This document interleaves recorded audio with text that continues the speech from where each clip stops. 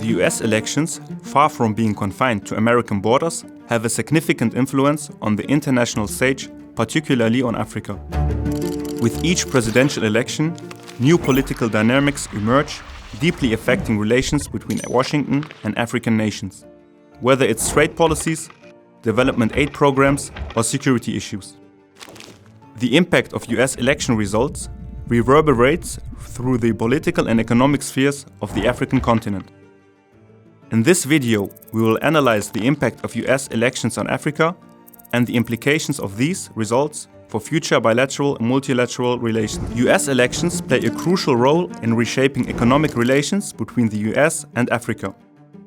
American trade policy can undergo major shifts with direct consequences for the African continent. A notable example is the African Growth and Opportunity Act, AGOA.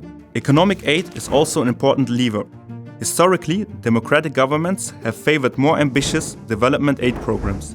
Some Republican administrations have advocated for reduced international spending, leading to a decline in funds allocated to Africa, with repercussions on socio-economic development.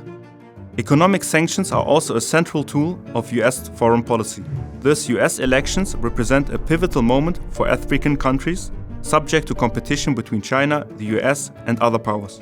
US elections profoundly alter bilateral relations between the United States and African countries. Under a democratic administration, there is a greater desire to strengthen multilateral partnerships through the African Union, sub-regional organizations, and the UN. The fight against terrorism remains a priority for the United States, especially in regions like the Sahel and the Horn of Africa. The US-China rivalry is a key factor in relations between the US and Africa. After the November 5 elections, Africa's strategic importance will remain central amid tensions with Russia and increased competition with China.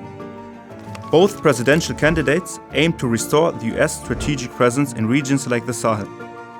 Nevertheless, Kamala Harris, if elected, would continue the multilateral approach of the Biden administration.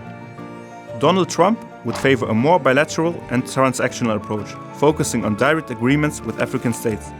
Stay tuned for the November 5 election results, which will shape the future of US-Africa relations and the continent's global role.